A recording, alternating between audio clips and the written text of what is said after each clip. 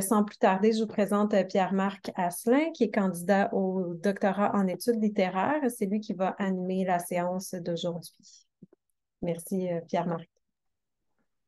Oui, merci Emmanuel, merci Barbara. Bonjour tout le monde. Je reconnais plusieurs des noms de gens avec qui j'ai correspondu par courriel dans les dernières semaines, donc ça me fait plaisir de voir que vous assistez à cette rencontre et probablement qu'on aura l'occasion d'en faire ensemble dans les prochaines semaines avant les dates limites des bourses au CRSH et FRQSC.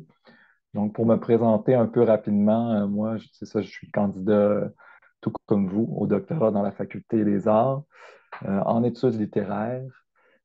J'ai reçu la bourse du CRSH Joseph-Armand Bombardier au doctorat et à la maîtrise. Et j'ai reçu aussi une bourse, un supplément Michael Smith de déplacement. Donc, j'ai un peu l'habitude de remplir ces formulaires qui nous donnent des mots de tête, mais qui finalement nous font sourire quand on reçoit une réponse positive. Donc, c'est un peu ce que je peux partager avec vous. Et ceux et celles qui ont déjà commencé à correspondre avec moi ont vu ce que je peux offrir et ce que je ne peux pas offrir parce que je ne suis pas non plus un employé du CRSH ou quoi que ce soit. Donc, pour toutes les questions qui sont plus de l'ordre de l'admissibilité ou ces choses-là, vous êtes toujours mieux de communiquer directement avec le FRQSC ou le CRSH qui pourront donner comme une réponse officielle. Moi, je peux toujours vous fournir ce qui est écrit sur le site Internet, mon avis, mais je ne suis pas un spécialiste de toutes les situations possibles. Donc, voilà. En même temps, ce que la faculté a décidé d'offrir, c'est une personne pour relire vos documents, pour vous donner des conseils. Donc, n'hésitez pas à m'en faire part le plus tôt possible si vous voulez que je relise vos documents, même s'ils ne sont pas tout à fait prêts. Il y en a qui ont commencé à me dire, est-ce que, par exemple, dans la semaine du 5 septembre, je pourrais t'envoyer ça? Donc, je commence déjà à me faire un petit calendrier pour être sûr de ne pas arriver avec trop de demandes à relire à la dernière minute, parce que là, c'est sûr que ça va être difficile pour moi. Donc, aujourd'hui, qu'est-ce qu'on va faire? C'est que je vais présenter un peu les deux bourses principales au doctorat, FRQSC et CRSH. On va faire un petit tour d'horizon des portails ensemble parce qu'il y avait beaucoup de questions qui revenaient sur concrètement les sections, comment on fait pour les remplir, etc. Donc, on trouve que c'est utile de faire une première rencontre générale sur ces questions-là.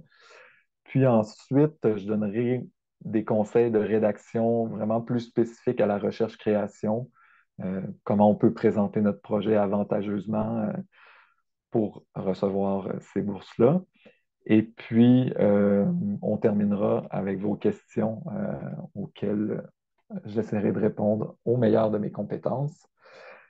Donc, comme le disait Emmanuel, le webinaire est enregistré, donc s'il vous plaît, pas utiliser le micro durant la séance, mais à la toute fin, là, on arrêtera l'enregistrement pour poser les questions. Alors voilà, Euh, la séance d'information sur la préparation des demandes de bourse aux organismes subventionnaires, CRSH, donc au fédéral, le Conseil de recherche en sciences humaines, et le Fonds de recherche québécois en société et culture dans le palier provincial.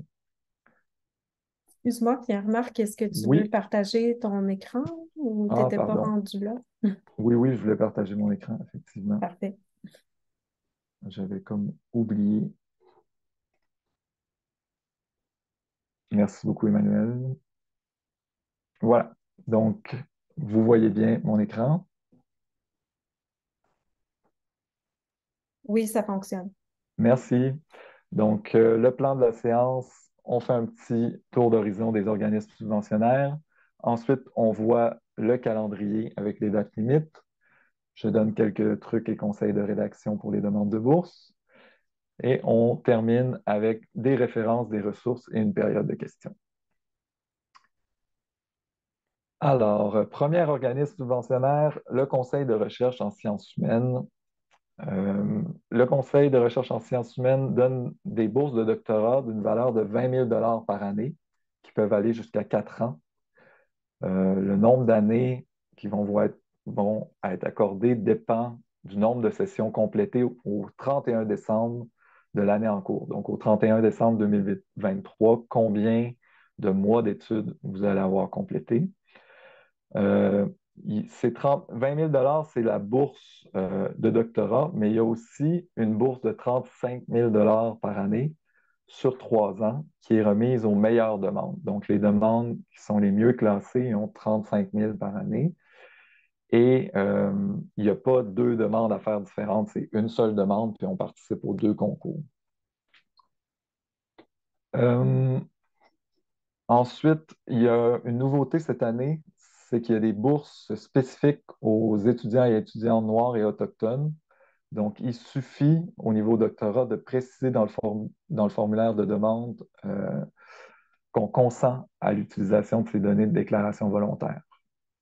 Et ça va être automatiquement pris en compte. Il y a deux étapes principales pour déposer une demande qu'on va voir, mais avant tout, quand on commence à remplir les demandes, on doit vérifier si on est admissible. Donc, il y en a beaucoup qui ont complété plusieurs années à leur doctorat. Donc, je vous invite à aller regarder comme il faut, particulièrement du côté de la bourse Vanier, dont je vais moins parler aujourd'hui parce que ça touche moins de personnes. La bourse Vanier, c'est une bourse qui est au fédéral aussi, mais c'est une bourse de 50 000 par année et qui touche vraiment les candidats les mieux notés depuis le début de leur parcours et qui font preuve de leadership. Donc, pour ces bourses-là, il faut vraiment être au début du parcours. Donc, allez vérifier avant de commencer toutes les démarches que vous êtes admissible. Celle du CRSH, il faut avoir la citoyenneté canadienne ou la résidence permanente du Canada. Donc, ça, c'est obligatoire. On ne doit pas déjà avoir reçu une bourse de doctorat d'un organisme fédéral dans le cadre du doctorat en cours. Et on doit avoir terminé au plus 48 mois d'études à temps plein. Okay? Pour ce qui est des études à temps partiel, on va les compter à la moitié. Donc, pour une session, chaque session équivaut à 4 mois d'études. Donc, il y a 3 sessions, hein, automne, hiver, été. Puis, si on est à temps partiel, on compte pour 2 mois. On obtient notre mois total d'études à temps plein. Ce qui est un peu particulier avec le CRSH, c'est qu'il fonctionne par quota. Mais ça, je sais que ça a déjà suscité son lot d'interrogations. J'ai reçu beaucoup de courriels par rapport à ça. On a deux dates limites, hein. On a une date limite qui est en octobre sur le site du CRSH, quand on regarde, mais quand on regarde sur le site de l'UQAM, sur le site du RIBE, là, on voit la date du 12 septembre 2023. Donc, pour tous ceux et celles qui sont inscrites à l'UQAM présentement, même si c'est dans un programme de maîtrise à l'UQAM et qu'on vise le doctorat, par exemple, pour l'hiver ou l'automne prochain, il faut passer par l'UQAM pour déposer votre demande. Et comme on passe par l'UQAM, la date limite est avant. Et c'est à l'UQAM qu'on va choisir les meilleures demandes, puis on va les envoyer jusqu'au CRSH. Donc, il y a une étape préliminaire, il faut passer par l'UQAM. Donc, bien noter la date limite, 12 septembre 2023. Mon conseil par rapport à ça, c'est de ne pas attendre le 12 septembre 2023 parce qu'il y en a beaucoup, beaucoup des demandes qui sont acheminées aux dates limites. Des fois, le système plante ou ça devient très lent ou il y a le stress qui embarque. Donc, faites ça quelques jours d'avance. Comme ça, si jamais ça ne fonctionne pas, vous prenez une pause, vous fermez l'ordinateur, vous revenez le lendemain. Il n'y a pas de stress. Donc, le plus tôt possible sera le mieux pour déposer la demande. Comme je le disais tout à l'heure, il y a deux petites étapes pour présenter la demande. Donc, compléter le formulaire de demande du CRSH en ligne. On soumet, dans le fond, un CV avec vos expériences, puis le projet de recherche qui est déposé dans un portfolio avec plusieurs documents. On va faire le tour ensemble pour voir un peu comment ça fonctionne, le portail. Puis ensuite, il y a une deuxième étape, c'est de compléter le formulaire de validation de bourse doctorale de l'UQAM. Donc, comme ça passe par l'UQAM, l'UQAM doit être informé que vous avez déposé la demande sur le portail. Et la façon de le faire, c'est de compléter ce formulaire-là. Si vous allez dans le RIBE et vous cherchez la bourse du CRSH, vous allez obtenir le lien. Mais le formulaire de l'UQAM, il ressemble à ça. C'est un formulaire très, très simple où on remplit seulement nos informations personnelles, le domaine d'études, etc. Donc, ça prend quelques minutes à répondre et ensuite, vous pouvez le déposer et l'UQAM est au courant que vous avez rempli une demande au CRSH et votre demande va être traitée. Si on oublie de remplir ce formulaire-là, la demande ne sera pas traitée à l'UQAM, donc vous allez perdre votre demande. Très, très important. Pour le portfolio au CRSH, je vous montre un peu rapidement comment ça fonctionne. Il faut se créer un profil si vous ne l'avez pas déjà fait. Et à partir du profil, vous pouvez aller créer un nouveau formulaire de demande et vous allez trouver bourse de doctorat du CRSH. Donc, il y a un peu deux parties. Il y a le curriculum vitae qui est en haut, hein. Le curriculum vitae en haut sert pour toutes les demandes que vous allez faire, que ce soit au postdoctorat, au doctorat, à la maîtrise. Vous gardez cet élément-là, vous pouvez toujours le modifier. Puis en bas, le formulaire pour l'année présente. OK? Donc, si on va voir rapidement du côté du curriculum vitae, on nous demande un peu de dire nos compétences linguistiques, de s'identifier, si on est Canadien, résident permanent, etc., de donner nos informations personnelles. Euh, Vous pouvez, à chaque page, sauvegarder une fois que vous avez rempli et ensuite faire vérifier la page.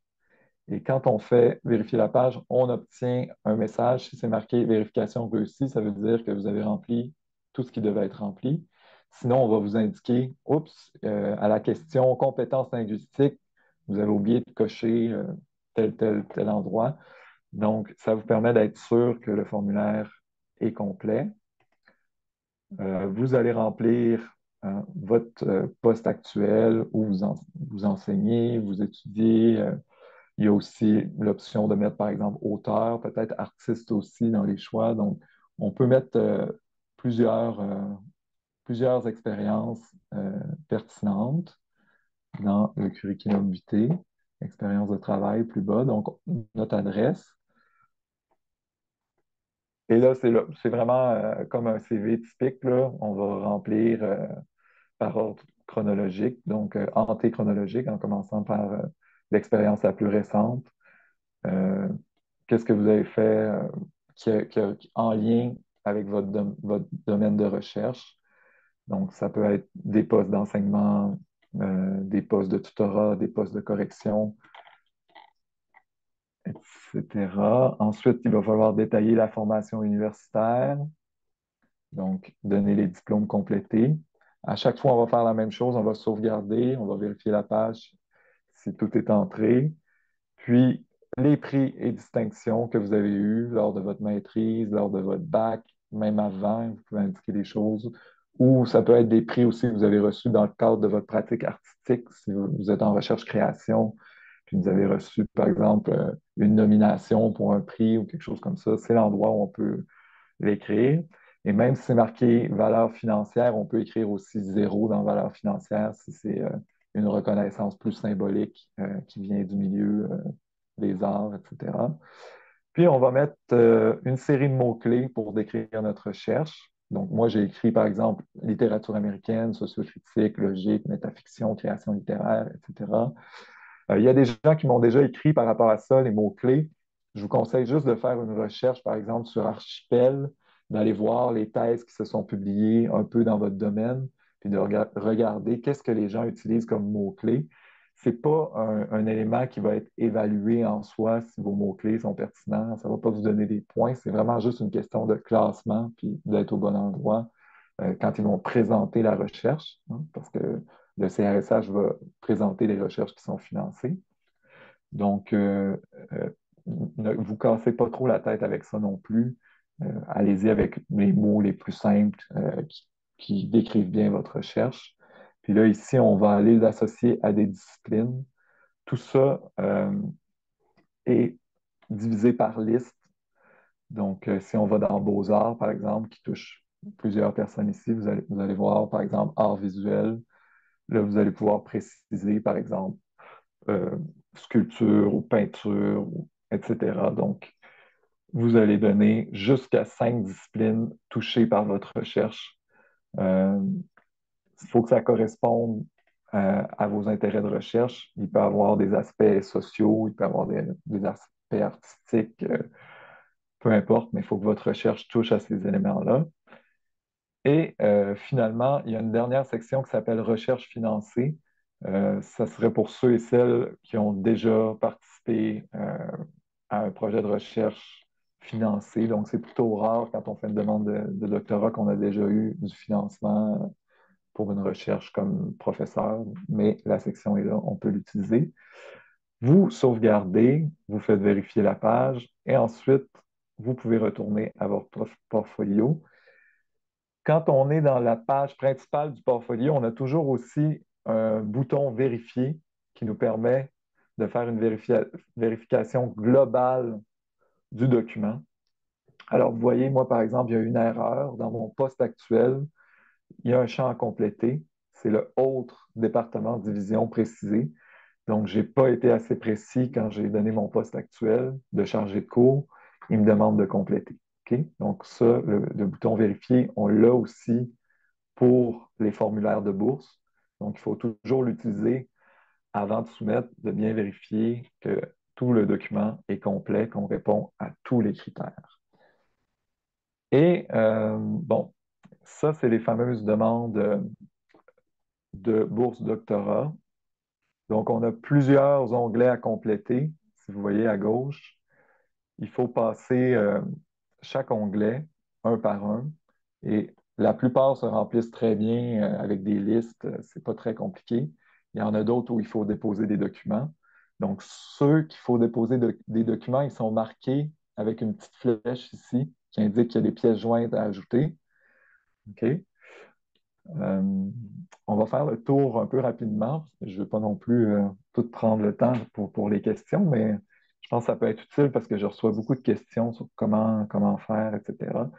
Donc, vous mettez le titre de votre proposition de recherche ici. Le comité de sélection pour la majorité d'entre nous, c'est les beaux-arts, littérature, tous les genres, mais ça se peut que votre projet touche d'autres choses. Donc, lisez comme il faut les explications. À chaque fois que vous avez des questions par rapport à un champ à remplir ou à une pièce à joindre, il y a ici en haut à droite un onglet qui s'appelle Instructions. Vous pouvez cliquer dessus et ça ouvre une page d'explication. Et dans cette page-là, on donne tous les détails sur chaque case à remplir, par exemple, titre de la demande. Là, on vous donne un conseil, hein, donner un titre court et descriptif à votre proposition de recherche, éviter l'emploi des termes techniques, limiter l'emploi d'acronymes. OK? Donc, on donne des détails aussi pour choisir le comité, etc. Et pour les pièces jointes, c'est la même chose. Donc, on peut faire des contrôles F et chercher, par exemple, le projet de recherche. Là, on tape. Et là, on a tous les endroits où le projet de recherche va être mentionné. Et on va nous indiquer, par exemple, pour la proposition de recherche, c'est un maximum de 2 pages. On va vous donner les détails du format, etc., de qu'est-ce qu'il faut indiquer dans le document à joindre. Donc, c'est vraiment à partir de ces instructions-là qu'on va être en mesure de remplir le formulaire sans oublier des éléments. OK? Donc, on demande ici de déclarer notre ascendance autochtone, des détails par rapport à la distinction Nelson Mandela. Euh, et ici, on consent à l'utilisation des renseignements fournis par déclaration volontaire. Donc, c'est ici, si on écrit oui, on est pris en compte pour des bourses spéciales qui concernent les étudiants et étudiantes noirs et autochtones. Ensuite, à chaque fois, donc là, je ne l'ai pas fait, je vais le faire comme il faut. Donc, à chaque fois qu'on a terminé une section, il faut faire sauvegarder et vérifier la page. Et là, vérifier va nous dire s'il y a des champs à compléter, si on a oublié quelque chose. Dans mon cas, il y en a beaucoup parce que je n'ai pas rempli le formulaire comme il faut. Renseignements sur le programme, c'est l'endroit où vous dites si vous êtes actuellement inscrit ou si vous allez être inscrit dans une prochaine session, etc. Vous choisissez l'Université du Québec à Montréal, vous donnez le département. Puis, ça, c'est où vous êtes inscrit présentement. Ça, c'est le diplôme visé par la demande. Donc, vous pouvez être inscrite à la maîtrise, puis visé pour le doctorat, une demande au CNSH. Et vous dites, pour le moment, ça serait quand le moment de départ de la bourse? Donc, quel mois commencerait les versements du CRSH? Donc, on propose jusqu'en janvier 2025 pour la bourse en cours. Il y en a qui m'ont écrit déjà pour savoir si ça peut être repoussé, mettons, à l'automne. Je ne le sais pas. Il faut écrire directement au CRSH, leur demander. Je pense qu'il y a des situations particulières où ils acceptent, mais il faut vraiment communiquer avec le CRSH parce que moi, je ne peux pas confirmer ces informations-là. Euh, Ici, vous allez dire combien de mois vous avez étudié au total en temps plein et à temps partiel et les langues que vous maîtrisez. Donc, c'est assez rapide à faire, c'est assez pratique. Le domaine d'études, vous allez dire si votre projet prévoit la participation de sujets humains pour des raisons éthiques. Énumération de mots-clés, vous pouvez reprendre les mêmes que vous avez utilisés dans votre curriculum vitae. Les disciplines qui sont touchées par votre recherche. Les domaines de recherche, encore là, c'est des listes. On va juste choisir euh, l'endroit le terme qui correspond le mieux à ce qu'on fait. Hein. Ensuite, les périodes historiques, régions géographiques touchées par votre recherche et les pays ou régions euh, qui sont touchés. À partir de propositions de recherche, là, il y a une série de pièces jointes à donner. Donc, faites très attention avec les pièces jointes de respecter les limites, donc les limites de poids, mais aussi les limites de marge. Donc, vous allez voir les détails. Les marges maximum, c'est 1,87 cm. Donc, utilisez ça, un document qui a des marges de 1,87 de chaque côté. On a un modèle qu'on utilise à la faculté qu'on peut vous partager au besoin. Mais faites très attention de toujours vérifier parce que quand on passe d'une version de Word à l'autre, des fois, il y a des petites surprises. Donc, à la dernière minute, vérifiez que vos marges sont correctes, que tout correspond à la présentation générale parce que ça, il faut vraiment respecter ces consignes-là. On donne une proposition de recherche de 2 pages. Ça, c'est vraiment un élément qui est très, très important dans l'évaluation de la demande. Donc, je vais vous donner des petits conseils plus précis tout à l'heure, mais je dirais, en gros, il faut l'axer sur la recherche. Il ne faut pas oublier que c'est des organismes qui subventionnent la recherche. Ce n'est pas des conseils des arts. Donc, quand on fait une demande au Conseil des arts, on donne vraiment des détails sur notre vision en création, sur notre projet, où on veut aller. Là, il faut montrer qu'il y a une composante en recherche. Donc, même si c'est une pratique artistique, on la fait pour contribuer au domaine de recherche. Par exemple, moi, c'est en littérature. Donc, en recherche, création en littérature, on utilise, par exemple, la forme de l'essai pour pousser telle question. Okay? Donc, il faut vraiment viser qu'est-ce qui s'est fait avant nous dans ce domaine-là et comment notre projet va contribuer à faire avancer la recherche. Okay? Euh, les éléments qui doivent être dans la proposition de recherche sont tous indiqués quand on fait instruction, puis on va voir les pièces à joindre. Euh, En gros, il faut séparer le projet de recherche par section. C'est bien important que ça soit clair, par exemple, qu'on présente nos objectifs ici, on présente l'originalité de notre projet ici. Donc, on met des petits titres pour être sûr que ça soit clairement divisé, puis que ça soit facile pour les évaluateurs de trouver chaque élément nécessaire dans le projet de recherche. Donc, je vous montre là, rapidement. Donc, si vous êtes inscrit à un programme de doctorat, par exemple, il faut préciser le niveau actuel de vos études supérieures. Donc, le premier petit sous-titre, ça devrait être niveau actuel des études. OK?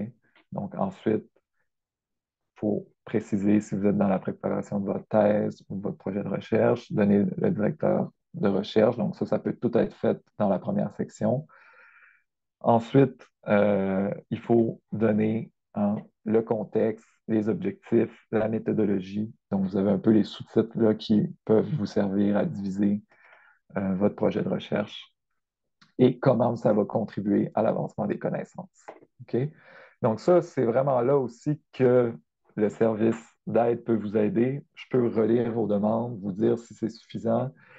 Comme le comité ne sera pas constitué seulement d'experts dans votre domaine, mais d'experts de plein de domaines qui touchent les arts, donc il ne faut pas que ça soit trop du jargon spécifique, par exemple à la littérature. Il faut que ça soit lisible par vos collègues, par des personnes, même de votre famille. Vous pourriez vous faire relire par des amis, des collègues, votre directeur, directrice, évidemment, mais il faut que ce soit un document qui soit assez accessible, donc dans une langue la plus simple possible, un vocabulaire académique, mais pas trop de jargon pour ne pas perdre les gens qui ne sont pas spécialistes dans notre domaine.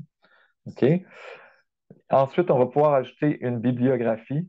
Donc, la bibliographie au CRSH, elle peut avoir 5 pages maximum. Donc, on peut citer plus de sources que ce qu'on a utilisé dans notre proposition de recherche. Donc, dans la proposition de recherche, il va y avoir des citations. On va citer des chercheurs qui travaillent dans le même domaine que nous.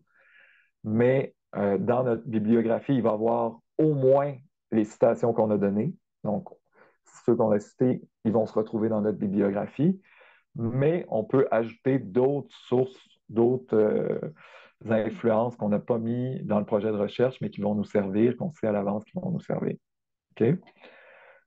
Maintenant, petite section sur diversité dans la recherche. Donc, ça, ce n'est pas évalué en tant que tel par le comité pour donner des points, mais le CRSH veut savoir si vous allez prendre en compte leur politique de diversité.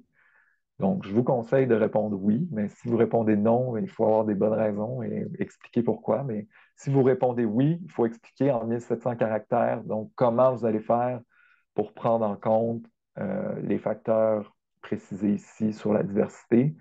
Donc, une première option possible, c'est par exemple dans votre bibliographie d'avoir de la diversité culturelle, de la diversité de genre, etc. Donc, de provenance des recherches. Donc, de ne pas s'intéresser seulement, par exemple, à ce qui s'est fait au Canada, aux États-Unis, mais aussi avoir le point de vue qui vient d'ailleurs, puis d'avoir évidemment des femmes, des hommes, euh, etc., des membres de la diversité qui font partie de votre bibliographie. C'est déjà un élément. Ensuite, vous allez joindre les relevés de notes. Relevés de notes, très, très important de se prendre tôt pour les commander, les relevés de notes officiels. OK? Parce que si vous avez terminé vos études de maîtrise, puis vous avez le relevé de notes final, c'est bon. Il n'est pas obligé d'être récent. Mais si ce n'est pas le relevé de notes final, même vos études en cours au doctorat, etc., il faut que ça soit un relevé de notes qui soit actuel, donc qui a la dernière session en cours. Donc là, la session d'été, il faut qu'elle soit inclue dans votre relevé de notes. Donc, évidemment, il faut que ce soit un relevé de notes officiel, il faut le commander à l'établissement. Prenez-vous tôt pour les relevés de notes. C'est toujours un piège de dernière minute. Si on n'a pas le relevé de notes, on ne peut pas déposer notre demande. On la dépose ici. Les consignes sont toujours là, là. En général, c'est un document PDF où on assemble tous nos relevés de notes ensemble. Les pièces jointes admissibles, bon, je vous invite à aller voir dans le document toujours qu'est-ce qu'on peut ajouter comme pièce jointe admissible. Mais il y en a une, entre autres, sur les circonstances spéciales, donc où on va pouvoir faire valoir tout ce qui touche plus à l'humain ou au qualitatif dans votre parcours. Donc, par exemple, si vous avez eu des responsabilités parentales, si vous avez eu de la maladie ou si vous avez dû prendre soin des proches, etc. Donc, c'est là que vous pouvez faire valoir ça, faire valoir votre parcours. Aussi, si vous avez passé par une université à l'étranger, que cette université-là était différente, où il y a eu des embûches, etc., dans l'immigration, vous pouvez faire part de tous ces éléments-là sur une page dans pièce jointe admissible. Au mois de juillet, Emmanuel et moi, on a assisté à un webinaire et les responsables du CRSH insistaient pour que les étudiants, les étudiantes utilisent de façon plus marquée cette section-là parce que les gens, généralement, ne se sentent pas vraiment concernés par ça, mais on nous disait que c'est apprécié là, d'avoir ces détails-là sur le parcours de façon plus qualitative. OK. Ensuite, contribution à la recherche, expérience et activités pertinentes. Ça, c'est vraiment un CV plutôt tourné, encore une fois, vers vos expériences de recherche. Donc, on va joindre un document qui a 2 pages, qui va comprendre toutes nos publications, donc tout ce que vous avez publié en lien avec votre domaine de recherche. Encore là, ça peut être des publications qui se sont faites dans le cadre universitaire, mais aussi dans des revues culturelles. Ça peut être aussi des actes de colloque ou des trucs comme ça. Et on va essayer d'aller chercher vraiment toutes les expériences auxquelles on a participé. Donc, je dirais même si dans le cadre d'un cours, par exemple, c'était obligatoire à la fin de participer à un événement public, ben, inscrivez-le là-dedans. Essayez de remplir les 2 pages pour montrer que vous êtes actif et active en recherche. C'est quand même important pour votre demande. Évidemment, comme si vous êtes en recherche-création, toutes vos œuvres qui ont été montrer les expositions ou les projections, etc. Ça peut entrer là-dedans. Je vous invite à aller voir ici dans le document. Il y a tous les détails sur comment présenter et les publications et les expériences pertinentes. Un petit truc, c'est que les publications soumises qui ne sont pas encore acceptées peuvent être inscrites. Donc, si cet été, vous avez soumis un article, par exemple, vous avez eu juste une réponse courriel comme quoi il est en évaluation, vous pouvez le mettre. C'est juste qu'il faut marquer avec des codes chaque article euh, s'il a été relu, par exemple, par un comité de lecture, etc. Donc, lisez comme il faut les consignes. Si vous avez des questions, n'hésitez pas, contactez-moi. Euh, et les réalisations artistiques, vous voyez, sont marquées ici. Donc, les candidats dont les réalisations de recherche comprennent des créations artistiques peuvent énumérer les plus importantes, en commençant par la plus récente, dans une catégorie distincte qu'on appelle création artistique. Il peut s'agir d'expositions, de spectacles, de publications, de présentations, de films, de vidéos, d'enregistrements sonores, etc. OK? La deuxième partie du document, donc il y a 2 pages. Une première page hein, qu'on appelle contribution à la recherche, dans laquelle il y a vos expériences artistiques aussi, et déclaration du candidat. Là, vous allez vraiment plus aller avec votre expérience pertinente en recherche. Donc, vraiment, si vous avez fait de l'assistanat, vous avez participé à des projets de recherche, etc. Sinon, ça peut être aussi votre maîtrise, par exemple. Comment votre maîtrise vous a formé en recherche, vous a préparé à la recherche que vous entreprenez maintenant. Donc, vous remplissez une section sur l'expérience pertinente en recherche. Et on dit même que ça peut venir de l'expérience vécue de l'enseignement traditionnel. Donc, on peut être créatif dans ce qu'on ajoute à cette section-là. Puis ensuite, des activités pertinentes liées au domaine universitaire, donc de l'enseignement, surtout de l'enseignement, du mentorat, de la supervision, de l'encadrement. Ça peut être, par exemple, si vous avez été correcteur, correctrice, des trucs comme ça. Je vous invite à essayer de chercher vraiment dans votre parcours, si vous avez fait du bénévolat, par exemple, dans des organismes communautaires, etc., à les indiquer pour bien remplir euh, le formulaire. Ensuite, donc, quand vous avez fait ça, contribution à la recherche, il y a plusieurs suppléments qui sont possibles au CRSH. Donc, on ne fera pas le tour, mais vous pouvez vérifier si vous rentrez dans les exigences. Donc, ici, il y en a 4, 5 de suite que vous pouvez vérifier. Si c'est le cas, il faut mettre une pièce jointe pour montrer en quoi on correspond à ce supplément-là. Et finalement, la dernière section, répondant. Donc, vous allez choisir 2 personnes. Normalement, votre directeur, directrice serait la première personne. Et ensuite, un autre, soit un professeur en général qui vous connaît bien, qui connaît votre pratique, ou quelqu'un vraiment qui est reconnu dans votre domaine, chercheur, chercheuse idéalement, et vous allez mettre le nom de famille, prénom, son courriel, la date pour compléter le formulaire, et ça va se faire automatiquement. Le CRSH va envoyer une demande pour remplir des lettres de recommandation, OK? Des lettres d'appréciation qu'ils appellent.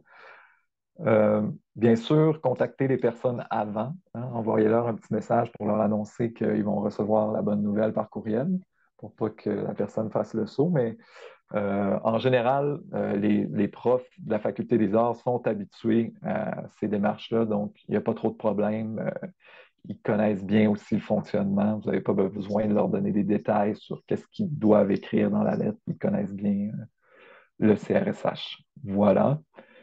Donc, je reviens à notre PowerPoint.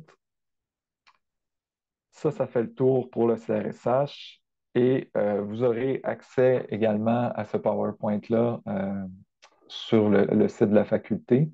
Vous pourrez utiliser les liens si vous voulez aller voir, par exemple, le guide pour l'intégration des considérations relatives à la diversité. Ça peut vous donner des petits détails sur comment remplir la fameuse section sur la diversité dont on a parlé. Donc, je passe au FRQSC, donc Fonds de recherche du Québec, Société et Culture. Cette année, bonne nouvelle, les bourses ont augmenté. Donc, avant, c'était 20 000 comme au CRSH, mais maintenant, c'est devenu 25 000 par année. OK? Donc, le montant est allouable sur 12 versements. Donc, le maximum qu'on peut avoir, c'est 100 000 sur 4 ans, etc. C'est la même chose pour être admissible, ça dépend du nombre de sessions. Sauf que là, au lieu d'être au 31 décembre, c'est le 1er mai, OK, de l'année ou 2024. Donc, 2024, vous allez compter le nombre de sessions et ça va vous dire le montant que vous allez avoir droit, le nombre d'années de bourse. OK? Ça aussi, si vous avez des questions par rapport à ça, votre parcours est particulier, etc., écrivez directement au FRQSC. Euh, c'est vraiment eux qui vont pouvoir vous donner la réponse adéquate à votre situation. Bon, le Fonds de recherche du Québec Société et Culture, il est un peu plus ouvert que le CRSH. Donc, même si vous n'êtes pas citoyen canadien, citoyenne canadien, vous pouvez participer. Donc, les critères, un, il faut être inscrit depuis moins de 5 ans. Donc, c'est 15 sessions à temps complet au doctorat, au 1er mai 2024, comme je disais tout à l'heure. Et il faut avoir une carte de l'assurance maladie. Mais là, on dit ou une preuve attestant que la carte a été demandée à la RMQ ou avoir été inscrit dans une université québécoise pendant au moins 2 sessions à temps plein. Et là, il y a même un petit point qui dit les personnes candidates ne répondant pas aux conditions mentionnées ci-dessus doivent effectuer leur formation au Québec et soumettre au fond un projet ne prévoyant pas de terrain hors du Québec. Ça veut dire que même si vous ne répondez pas à ces critères-là, vous êtes en mesure de faire la demande si vous prouvez que vous avez fait une demande d'admission, que vous avez un directeur, une directrice de recherche qui peut remplir un formulaire pour vous, pour assurer qu'il va vous diriger. Donc, il y a toujours un moyen d'envoyer la demande au FRQSC. Ils sont devenus plus ouverts aux étudiants et étudiantes étrangers. Euh, Contrairement au CRSH, le FRQSC ne procède pas par quota. Donc, vous n'avez pas besoin de passer par l'UQAM. Vous pouvez déposer votre demande directement sur le portfolio du fonds de recherche en respectant, bien sûr, les normes de présentation. Donc, on va faire la même chose. On va aller voir rapidement euh, le portfolio. Donc, ça ressemble à ça. Vous avez l'ensemble de vos demandes. Donc, moi, j'en ai déposé en 2022. J'en ai ouvert une en 2025. Le portfolio du FRQSC, dès qu'on est inactif pour 10 minutes, on est automatiquement déconnecté. Donc, bien sauvegarder vos données. Donc, vous faites mes formulaires, vous ajoutez un nouveau formulaire et vous allez pouvoir avoir l'ensemble des points à remplir. Ce qui est bien avec le FRQSC, c'est que c'est très visuel. Donc, jaune, hein, vous voyez, il y a des petites puces à côté de chaque onglet. Euh, une puce jaune veut dire que vous avez commencé à remplir la section, mais qu'elle n'est pas complète, qu'elle n'a pas été validée. une puce verte, un rond vert veut dire que tout est rempli, tout est correct, puis rouge que vous n'avez pas commencé. Donc, c'est facile de suivre l'évolution de votre demande. Donc, il faut s'inscrire, il faut donner, comme d'habitude, ses informations personnelles, adresse, etc. Il vous demande de vérifier votre admissibilité. Donc, vous voyez, on peut fournir un formulaire d'acceptation d'encadrement de la personne assurant la direction de la recherche. Donc, si jamais vous ne répondez pas au premier critère, il y a moyen d'ajouter une pièce jointe, un formulaire pour vous rendre éligible au FRQSC. Vous allez choisir le domaine et le diplôme pour lequel vous postulez. Vous allez mettre l'établissement l'UQAM affilié. Ensuite, vous allez choisir le milieu où vous allez suivre votre programme de doctorat. Donc, même chose. Et là, on rentre dans les données par rapport à notre projet de recherche. Ça ressemble beaucoup au CRSH. Donc, si vous avez fait la demande au CRSH en premier, reprenez sensiblement les mêmes informations, cassez-vous pas la tête. Vous pouvez d'ailleurs, à partir des portails, une fois que votre demande est complète, vous pouvez les sortir en PDF puis regarder les détails. Donc, vous pouvez ouvrir le PDF à côté et juste aller copier ce que vous avez déjà écrit dans l'autre section. Il y a certaines listes qui sont différentes, mais en général, les domaines sont quand même clairs. Il n'y a pas trop de questions par rapport à ça. On peut inscrire les mots-clés comme au CRSH. Et à chaque fois, quand on a terminé, il faut faire sauvegarder en haut de la page. Puis une fois que c'est sauvegardé, on fait valider la page. Et c'est la même chose. Bon, on me dit, le titre est obligatoire. Je n'avais pas inscrit de titre. Donc, la page est encore en jaune. Elle n'est pas en vert. Elle n'est pas terminée. Pour le CRSH, OK, donc on va accepter que le FRQ peut utiliser le résumé du projet pour communiquer qu'il a financé votre projet de recherche et on va donner un court résumé de 500 mots maximum qui va reprendre sensiblement les informations qui sont dans notre projet de recherche, mais de façon très concise. Donc, c'est un autre petit ajout qu'il n'y a pas au CRSH. Ensuite, vous allez... Oh, attendez, j'ai deux fenêtres. OK. OK. Ensuite, vous allez donner le parcours universitaire. Donc, pour le parcours universitaire, c'est la même chose. Ça se remplit un peu comme un CV. Donc, il faut ajouter chacun des diplômes qu'on a eus, euh, l'ensemble des études universitaires. Donc, on va ajouter aussi si on a fait des cours dans un autre domaine, si on a commencé un certificat, etc. On va tout ajouter. Et il faut l'ensemble des relevés de notes. Donc, n'oubliez pas, il faut que ça soit des relevés de notes qui sont valides. Donc, si le FRQSC ne peut pas juger si vous avez fait d'autres cours, hein, si vous avez, par exemple, essayé de cacher des cours en donnant une vieille version du, de votre relevé de notes, ben, ils ne vont pas prendre en compte ces études-là, puis probablement que votre demande peut risquer d'être rejetée. Donc, ça, c'est sûr, les relevés de notes, il faut le faire le plus tôt possible. Ensuite, vous allez faire une liste des bourses et distinctions des prix obtenus. Donc, que ce soit dans votre pratique artistique ou pour votre maîtrise, pour votre bac, si vous avez reçu de la reconnaissance, ça peut être, euh, ça peut être une bourse, par exemple, d'entrée à l'UQAM, etc. Vous allez lister l'ensemble des éléments que vous avez reçus. Et au FRQSC, il y a carrément un document qui s'appelle Présentation intégrée du parcours, où là, encore une fois, on a une page pour expliquer de façon plus qualitative comment on a évolué dans le milieu universitaire. Ça peut être notre pratique artistique aussi. Euh, c'est une façon un peu de se présenter, puis de donner des détails qui sont pas juste des données factuelles, mais qui font aussi entrer notre parcours de vie personnelle là-dedans. Il y a aussi une section interruption et ralentissement. Donc, si jamais vous avez été malade ou vous avez d'autres situations personnelles qui ont ralenti votre cheminement, c'est là qu'on peut expliquer pourquoi. Ensuite, il y a aussi une section qui ressemble à celle du CRSH, mais qui n'est pas exactement pareille. Donc, il faut reprendre exactement les mêmes publications, les mêmes œuvres que vous avez mis en valeur au CRSH, mais là, il faut les classer différemment.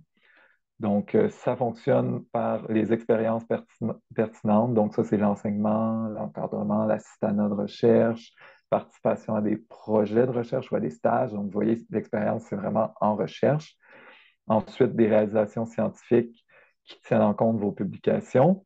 Et là, même chose, si vous êtes dans une discipline liée à la recherche-création, vous devez également énumérer les principales œuvres et performances réalisées dans une démarche de recherche-création ou de création.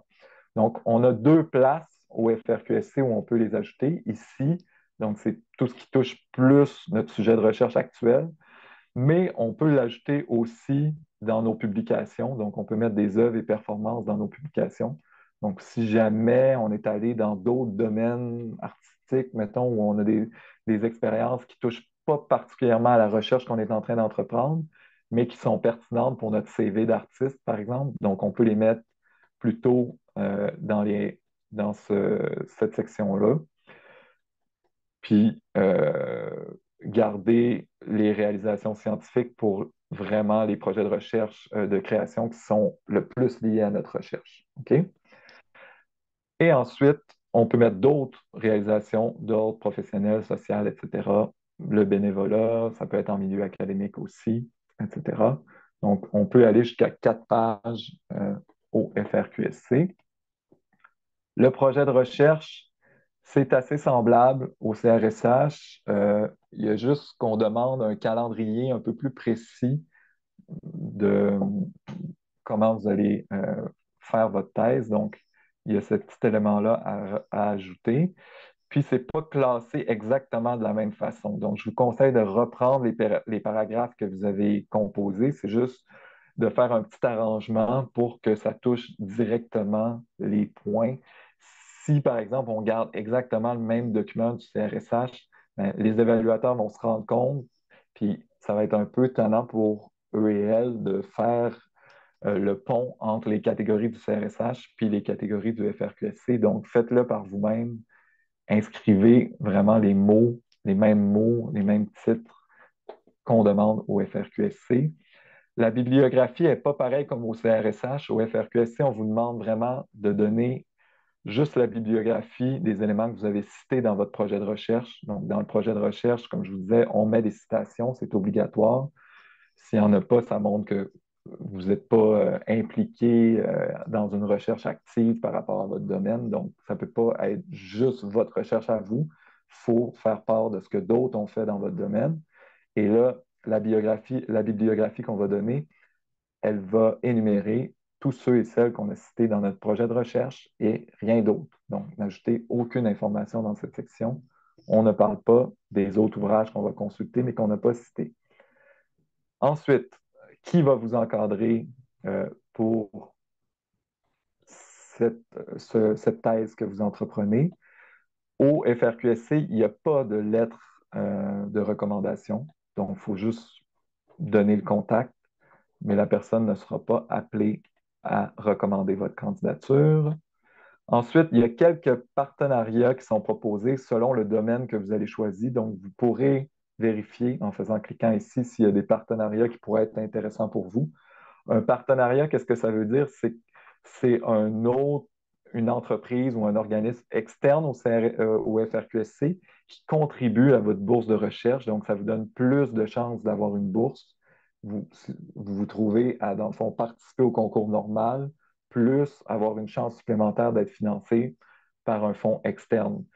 Mais il n'y en a pas beaucoup qui touchent le domaine artistique. Donc, vous pouvez regarder si votre situation correspond, tant mieux. Mais en général, il n'y en a pas beaucoup. Ensuite, les autres documents, faites bien attention parce qu'il y en a plusieurs au FRQSC. Donc, je vous montre. Au FRQSC, il y a les règles. Hein, vous allez trouver les règles sur Internet facilement. Mais en bas des règles, là, il y a une boîte à outils où vous allez pouvoir télécharger euh, plus précisément les informations qui vous aident à remplir la bourse. Donc, je vous conseille d'avoir ces trois documents-là ouverts, les règles, puis le formulaire d'information. Donc, vous voyez, si on se rend à la section Autres documents, on peut toujours faire CTRL F pour se rendre au bon endroit. Ils vont vous dire quels autres documents sont requis. Ça, c'est comment les ajouter. Puis ici, documents requis par la personne candidate. Donc, contrairement au CRSH, il y a des cas où vous devez ajouter des documents additionnels. Donc, par exemple, une attestation du registrariat, si vous êtes dans une situation particulière, etc. Si vous avez un congé parental, il faut mettre un document là. Il y a aussi, si vous avez soumis un article, mais qui n'est pas encore publié, on va vous demander une lettre de la revue pour dire qu'ils sont en train de lire votre article. Donc, ils n'accepteront pas ici les contributions futures si vous n'avez pas cette lettre-là dans les documents requis. OK? Donc, à bien vérifier, autres documents, la section du FRQSC est un petit peu plus complexe que celle du CRSH. Et finalement, on valide la dernière page et on transmet. Avant de cliquer sur transmettre, on s'assure que tout est valide, qu'on a bien relu, qu'on est certain. Parce qu'une fois que les demandes sont transmises au FRQSC comme au CRSH, on ne peut plus modifier. Ça bloque notre dossier et la demande est terminée. Elle est entre les mains de l'institution. OK? Voilà. Donc, rappel rapide du calendrier. Le CRSH, donc c'est le 12 septembre 2023 qu'il faut avoir déposé en ligne. Le FRQSC, le 4 octobre 2023 à 16 heures. Encore une fois, prenez-vous à l'avance. Attendez pas le 4 octobre. Souvent, les systèmes, ils sont lents la journée du 4 octobre parce que là, c'est partout au Québec. Tout le monde essaye de déposer en même temps. Donc, faites-le à l'avance. Et la bourse Vanier, c'est le 12 septembre aussi, en même temps que le CRSH. La bourse Vanier, j'en ai pas parlé, comme je disais au début, parce qu'elle est un petit peu plus exigeante. Il y a plus de documents à fournir. C'est vraiment pour les candidats qui ont une moyenne très, très élevée, qui ont un parcours vraiment exemplaire euh, en leadership, là, entre autres, comme qui ont été impliqués dans la communauté ou dans leur domaine artistique, etc. Donc, si c'est votre cas, je vous dis, allez-y, faites-le parvenir parce que c'est une bourse qui est vraiment intéressante du point de vue monétaire, mais la demande est assez exigeante. On tombe dans les trucs et astuces de rédaction. Donc, premièrement, pour le projet de thèse, OK? Donc, ce qui détaille votre proposition de recherche au CRSH ou votre projet de recherche pour le FRQSC, c'est la même chose. Quelques petits conseils. Bon, premièrement, prévoir du temps. Donc, idéalement, une session avant celle où vous souhaitez postuler. Il y a des gens qui me contactent, je leur dis, tous les efforts que vous mettez cet automne ne sont pas perdus, hein, surtout ceux et celles qui commencent un doctorat, parce que au pire, tout ce que vous allez avoir développé va pouvoir vous servir pour une demande aussi à l'automne prochain. Okay? Donc, idéalement, on commence le plus tôt possible, comme ça nous permet de le faire lire à plein de personnes, de donner des détails et d'améliorer notre demande.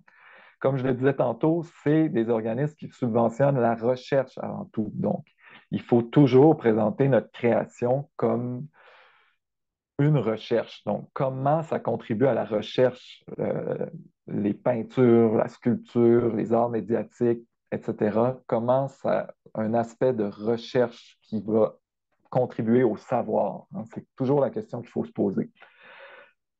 Il faut opter pour un découpage identifié par des paragraphes clairs pour faciliter la lecture. Donc ça, on a un modèle qui est disponible pour vous permettre de bien découper les paragraphes. C'est vraiment la façon la plus simple pour les évaluateurs et évaluatrices de retrouver les informations et de vous noter. Il faut bien citer ses sources en adoptant une méthode uniforme. Donc, il y a plusieurs méthodes possibles, mais il faut garder la même tout le long du document.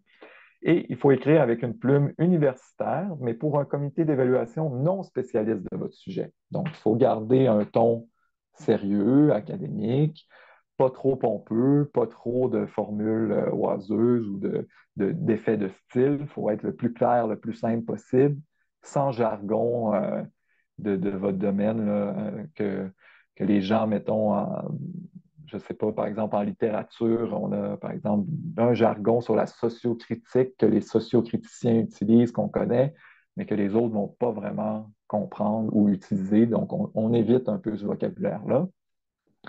On va dire trois mots-clés. On va essayer d'être le plus précis, clair et cohérent possible. Donc, je vous donne un exemple. Là, on a écrit l'exemple par rapport à la présentation d'aujourd'hui, mais là, vous, évidemment, vous allez écrire sur votre projet de thèse. Donc, par exemple, si on écrirait, si nous faisons d'office le pari que les demandes de bourse sont un phénomène qui tend à s'ancrer dans l'expérience primaire des cycles supérieurs, nous souhaitons inscrire cette séance d'information dans le développement d'une posture de chercheur ou de chercheuse grâce à la mise en place d'outils à la fois théoriques et pratiques chez les étudiants de la Faculté des arts. Donc, c'est essoufflant à lire. Et il y a beaucoup de formules creuses qui veulent rien dire, où on sent qu'on fait juste ajouter des mots, mais ça n'ajoute pas de l'information. Donc, c'est ça un peu qu'il faut éviter, là, les temps à s'ancrer dans l'expérience primaire des cycles supérieurs. OK? Donc, ce n'est pas des éléments qui nous donnent de l'information précise sur ce qu'on est en train de faire aujourd'hui. Donc, clairement, on pourrait dire, puisque les demandes de bourse sont une étape importante de l'expérience étudiante des cycles supérieurs, nous souhaitons offrir aux candidates de la Faculté des arts des outils de rédaction théorique et pratique. Grâce à cette séance d'information, il et elles pourront se développer en tant que jeunes chercheurs, chercheuses. Donc, on a un objectif clair, on a des phrases courtes, donc on a mis un point entre les deux. C'est vraiment plus facile à lire, c'est plus facile à comprendre. C'est ça qu'il faut viser dans votre rédaction et c'est sur ces points-là que je peux vous aider si jamais vous m'envoyez le plus rapidement possible vos projets. Je peux vous aider à repérer un peu où ça manque de clarté dans la formulation. Ensuite, on va essayer de formuler les objectifs de façon claire et opérationnelle. Donc, par exemple, quoi ne pas faire si on disait cette séance d'information est l'occasion d'explorer les portails électroniques des organismes subventionnaires. Okay? C'est vague, on ne sait pas vraiment à qui on s'adresse, l'objectif va toucher qui, etc. Il manque de détails. Donc, on va y aller plus en détail. On va utiliser le mot objectif, d'un, pour que ça soit ancré. Hein. Puis ça, c'est un bon truc de toujours ancrer hein, le processus d'écriture dans le texte, comme par exemple, dans le cadre de cette thèse, hein, ma recherche va se faire. Donc, pas que ce soit un projet qui est un peu flottant, qu'on a l'impression qu'il pourrait s'adresser à n'importe quel organisme subventionnaire, mais qu'on sente que c'est vraiment ancré dans votre thèse actuelle. Donc, l'objectif de cette séance d'information est de familiariser les candidats-candidates avec les portails électroniques des organismes subventionnaires pour maximiser leurs chances de financement. OK? Donc, on a les détails de l'objectif. Dans le résumé du projet, on va essayer de montrer, grâce à des étapes concrètes, comment votre projet est réalisable. OK? Donc, on a plusieurs endroits où il faut un peu donner des détails de calendrier ou d'étapes à suivre. Il faut éviter les formules du genre je vais réaliser ma thèse en 4 ans afin d'obtenir mon diplôme en 2027. Ça, c'est ce que tout le monde vise. C'est le parcours normal, mais c'est ce que personne n'a réussi à faire. Mais c'est surtout trop vague pour que le comité puisse tirer une information de ça. On pourrait dire, par exemple, à la suite d'une scolarité d'un an, j'entreprendrai mon séminaire de thèse à l'automne 2023 et ensuite réaliserai mon examen doctoral au début de l'année 2024. Après une période de 2 ans de rédaction à temps plein, je prévois un dépôt initial en 2026 pour une soutenance au début de l'année 2027. Donc là, on a des détails sur le parcours et ça nous donne plus d'informations. On a l'impression que la thèse est plus concrète déjà, que ce n'est pas un projet en l'air, comme je disais tout à l'heure.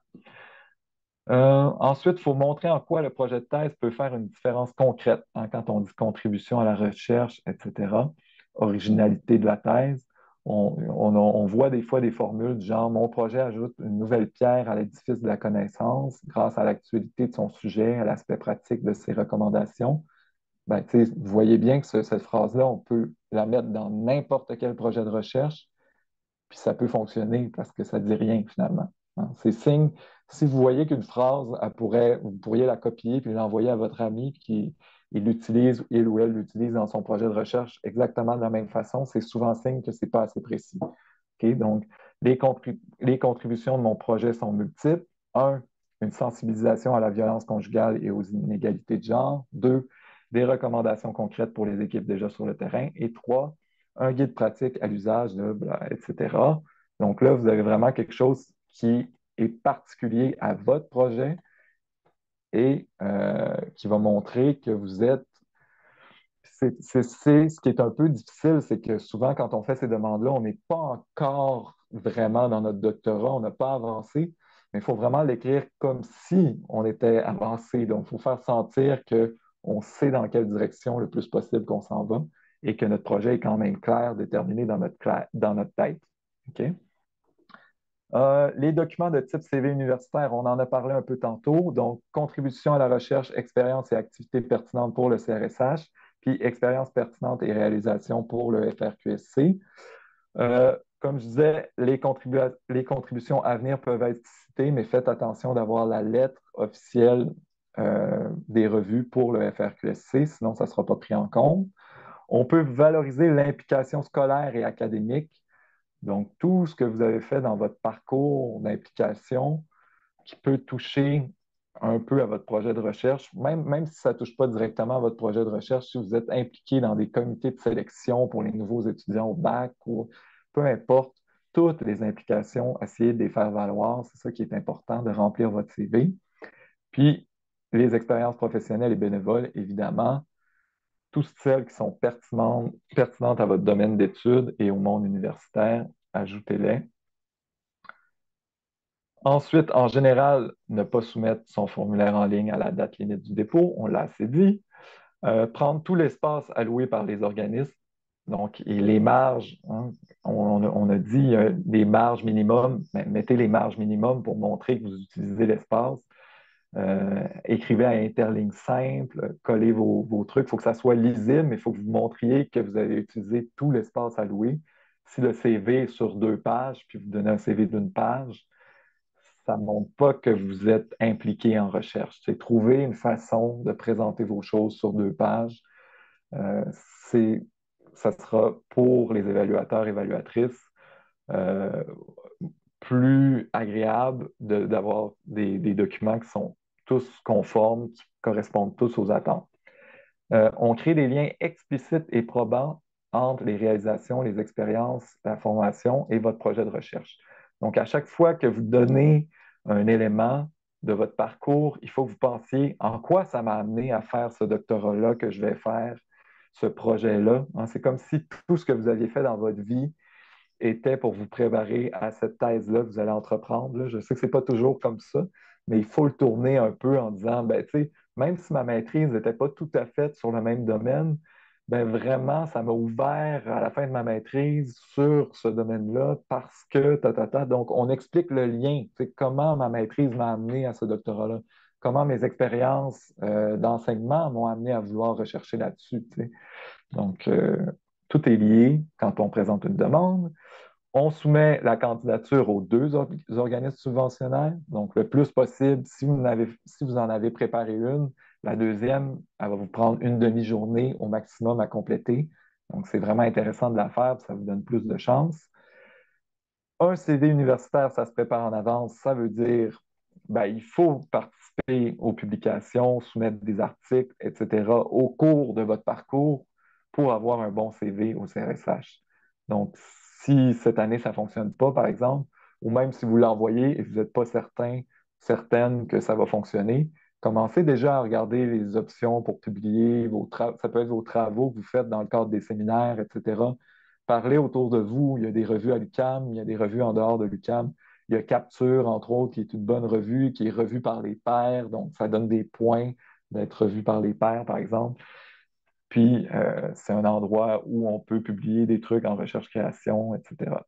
Donc, il faut apprendre de chaque expérience de demande de bourse afin d'améliorer sa candidature pour l'avenir. Donc, préparer une demande de bourse, c'est toujours aussi utiliser les demandes de bourse qu'on a fait dans le passé et les réactualiser avec notre projet actuel. Donc, je finis avec quelques ressources, puis ensuite, on répond à vos questions le plus possible. Donc, il y a le site Polyed qui est intéressant pour soutenir la formation aux étudiants. La faculté, il y a un site, un portail de la Faculté des arts qui est vraiment intéressant avec toutes nos ressources qui sont mises sur la même page. Donc, je vous invite à le consulter. Le guide de présentation des mémoires et des thèses, c'est si vous voulez des détails sur comment citer, comment faire la bibliographie, etc. Il y a des détails là-dedans. Taisez-vous, qui est un organisme que vous connaissez sûrement, qui aide beaucoup sur les préparations de bourses. Donc, on peut s'inscrire à leur séminaire, etc. Ou sinon, des fois, ils organisent des activités gratuites, des séances d'information, etc. Et bien sûr, l'équipe de bourse de service à la vie étudiante à l'UQAM et euh, le soutien psychologique aux besoins qui prépare aussi des webinaires, des ateliers sur les demandes de bourse. Finalement, n'hésitez pas à écrire directement au CRSH ou au FRQSC, vous prendre à l'avance parce que ça leur prend souvent 3, 4 jours ouvrables avant de répondre.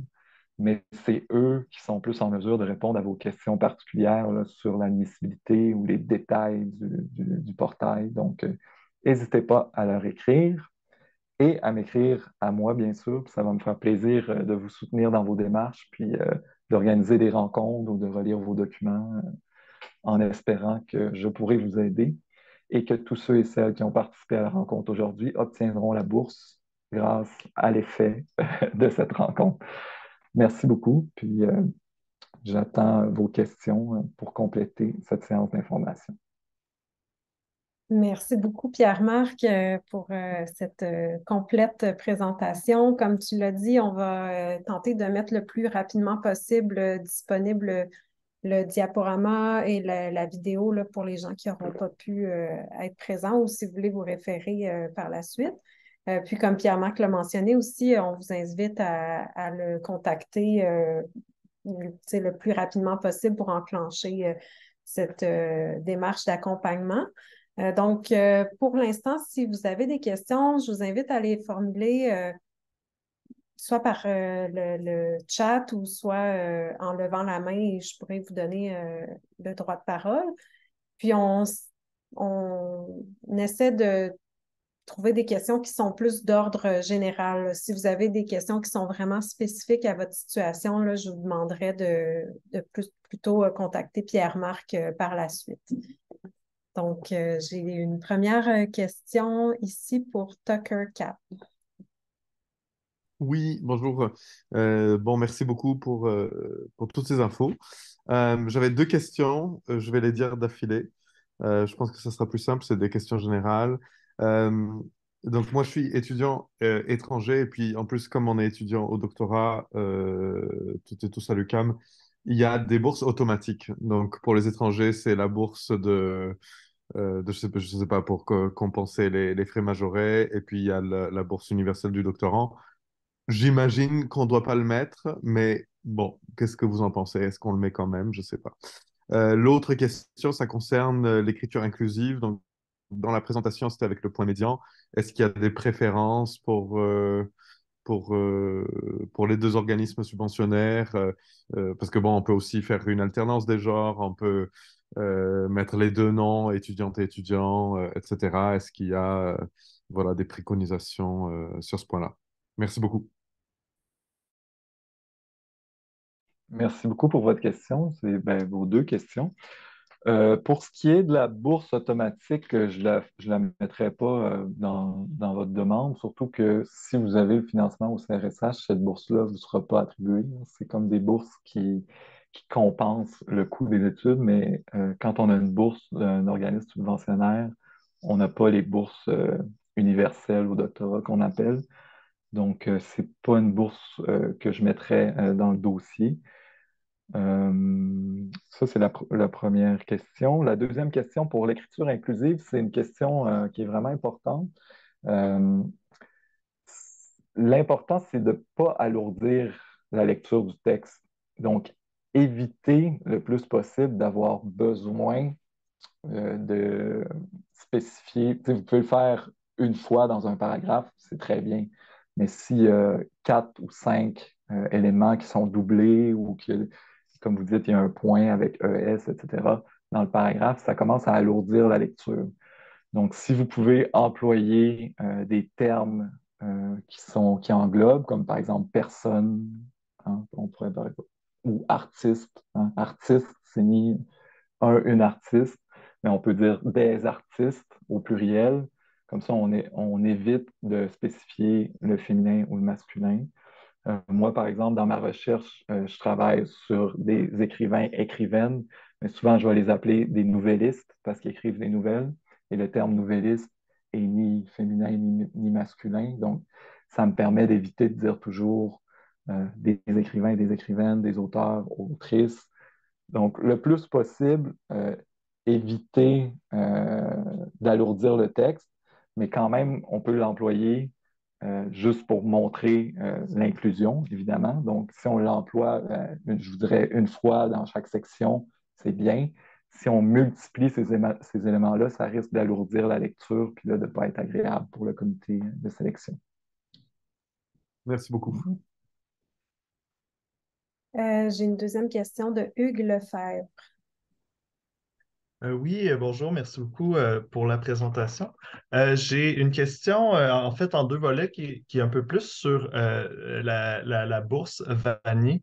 Premièrement, c'est ça, moi je suis un peu dans la situation où je termine une maîtrise à l'UQAM, mais je change d'université pour le doctorat.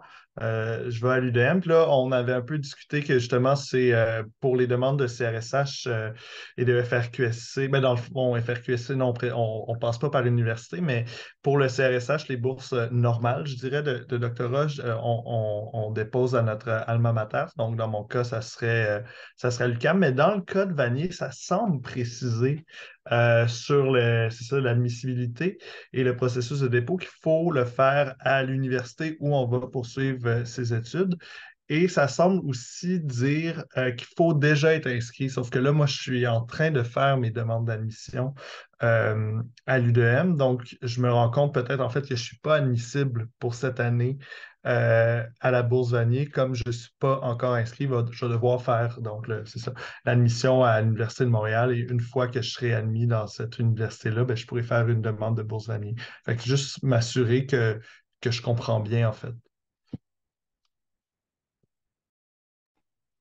Excellent, merci. Ben, je vous dirais vraiment, moi, dans votre cas, c'est assez particulier comme situation. J'écrirais au CRSH là, pour toutes ces questions-là parce que moi, ben, je suis étudiant au doctorat, j'ai mon expérience de dépôt de bourse, mais c'est pas moi qui confirme l'admissibilité, tu sais, des demandes. Puis si je m'en voudrais de vous dire oui, puis finalement c'est non, ou de vous dire non, finalement c'est oui. Euh, En général, les meilleures personnes pour répondre vraiment, c'est le CRSH. Écrivez-leur un petit courriel, expliquez-leur votre situation, puis peut-être qu'ils vont vous accorder un sursis ou vous dire si vous nous envoyez votre demande d'admission tel moment, on va pouvoir vous accepter. Mais moi, je ne peux pas faire ça. Fait que ça serait ma réponse. C'est un peu dommage, mais Parfait, merci. Il y a aussi moyen de contacter les gens à l'équipe des bourses. Parfois, ils ont aussi des contacts un peu plus directs là, avec les organismes subventionnaires. Donc, c'est bourse au pluriel à commercial ucam.ca pour des questions qui concernent vraiment l'admissibilité ou des critères de cet ordre-là. J'ai une question de Christine Touga. Oui, allô, merci pour la présentation. Je me demandais si c'est possible de faire un partage d'écran parce qu'on dirait que j'ai besoin d'une confirmation visuelle de qu'est-ce que je vais demander à la place de l'expliquer. Ça sera pas long. Oui, Est-ce vas-y. OK. Euh, Ça concerne le CRSH. Est-ce que vous voyez? Oui. oui. OK. Je veux juste m'assurer que moi, en tant que doctorante, euh, le type de subvention, c'est celle-là. Parce il est indiqué, les dates, c'est pas. Ben, je sais que la date de l'UQAM, c'est pour envoyer la demande, c'est le 12 septembre. Mhm. Mais c'est juste que là, pour le CRSH, c'est le 17 octobre. Fait que ça mélangeait, en fait. Mais dans le fond, c'est cette bourse-là, moi. Oui, effectivement, c'est bien cette bourse-là. C'est vraiment parce que ça fonctionne par quota, comme on disait tout à l'heure. Fait Ouais. que quand on passe par notre établissement pour soumettre la demande, Il y a comme un mois préalable pour trier les bonnes Ouais, c'est demandes puis ça. les faire. Donc, c'est la même demande, c'est juste que comme vous passez par votre établissement, la date limite n'est pas la même. Ouais, OK. J'avais juste besoin d'une confirmation visuelle parce que, tu sais, si on commence une demande puis c'est pas la bonne, c'est c'est beaucoup de travail. Je comprends. Merci. Pas de problème. J'ai une question de Camille Lefebvre. Oui, bonjour. Un grand merci pour la présentation. En fait, moi, je reviendrai à la bourse RSH. Il y avait eu mention comme quoi il y a un modèle pour la proposition de recherche qui existerait, que vous pourriez nous partager. Donc, est-ce que c'est possible de... Est-ce qu'on fait la demande, Pierre-Marc, ou ça va nous être envoyé? Oui, vous pouvez m'écrire pour me le demander si vous voulez. Je crois qu'il y a un lien aussi dans le PowerPoint qui mène au modèle de recherche, si je me souviens bien. Il est peut-être disponible aussi sur le portail de la faculté, Emmanuel. Il n'est pas en ligne, mais Il n'est pas en vous pouvez ligne. le OK. demander à Pierre-Marc ou à moi, ou c'est ça, probablement le lien va fonctionner dans le PowerPoint. On a un modèle qui est vraiment spécifique à la recherche-création, Mhm. qui est une étudiante qui avait eu la bourse Vanier d'ailleurs. Donc, c'est un bon modèle, je pense. Comme elle avait eu la bourse Vanier, qui est une des bourses les plus prestigieuses. Puis, si vous êtes moins en recherche-création, j'ai d'autres modèles aussi que je peux vous fournir, là, si vous êtes plus axé sur la recherche. Parfait. Bon, ben, dans mon cas, c'est recherche-création, donc ça serait OK. idéal. Excellent. Super, merci. Une question de Sophie Quirion. Oui, bonjour, est-ce que vous m'entendez bien? Oui, Oui. Oui. Oui, je voulais juste dire, en fait, moi, j'ai pris le modèle sur le site du RIB de l'UQAM. En fait, en cliquant sur la bourse 1810, là, le numéro 1810, il est accessible via le site. c'est vrai. Oui, c'est vrai. Mais je Puis, pense Ouais, que je c'est oui, pas pense le qu'il n'est pas même, je vraiment. pense. Moi, c'est pas le même, là. Il est pas spécifique à la recherche-création, dans le sens que C'est ça. le découpage des sections est proposé, mais je pense qu'il n'y a pas de. Il y a pas de texte, hein, si je me souviens bien. C'est juste. c'est juste comme des lettres, des lettres Ouais, c'est bizarres, ça. là. Ouais, c'est ça. Puis moi, c'est ça, j'ai complètement oublié la rencontre d'aujourd'hui, puis j'ai manqué la plus grande partie, là, je suis désolée. Je voulais juste savoir, dans le fond, quand on dépose via le portail CRSH pour l'UQAM, c'est vraiment comme si on déposait via le portail. On n'a pas à l'envoyer d'une autre manière. Ben, premièrement, la vidéo de la séance d'aujourd'hui Oui, va être disponible, donc vous allez pouvoir la regarder sur le site de la faculté. Mais il y a deux, pour répondre rapidement, là, il y a deux démarches à faire. Il faut soumettre votre portfolio sur le portail du CRSH, mais il faut aussi remplir le formulaire de l'UQAM il est accessible sur le RIB, justement. Si vous allez sur le RIB puis vous allez dans la bourse du CRSH doctoral, vous allez voir à la fin, il y a un lien vers un formulaire à remplir. Donc, il faut absolument remplir ce formulaire-là pour que votre demande soit prise en compte par l'UQAM, qu'elle soit classée pour envoyer ensuite au CRSH. OK, c'est parfait. Donc, quand je vais envoyer via le portail du CRSH, je vais aussi aller faire le formulaire UQAM. Exactement, OK, un exactement. gros merci. Pas de problème. Comment moi-même je peux poser une question? Je comprends pas. Oui, on va ignorer cette main levée. Est-ce qu'il y avait d'autres questions? Ça semble. Je pense que tu as répondu à l'ensemble des questions qui concernent un peu tout le monde. Là. Après, c'est sûr que chaque personne a des choses spécifiques et ils pourront en discuter avec toi. Donc, je vous rappelle que vous pouvez vraiment contacter Pierre-Marc par courriel. Les rencontres vont être plutôt par Zoom, hein, si je ne me trompe pas, c'est la manière privilégiée. Euh, donc voilà, s'il n'y a pas d'autres questions, ça conclurait notre présentation pour aujourd'hui. Restez à l'affût sur le site de la faculté. On va bientôt mettre en ligne l'enregistrement de la séance et le diaporama. Je vous remercie. Merci beaucoup, Pierre-Marc.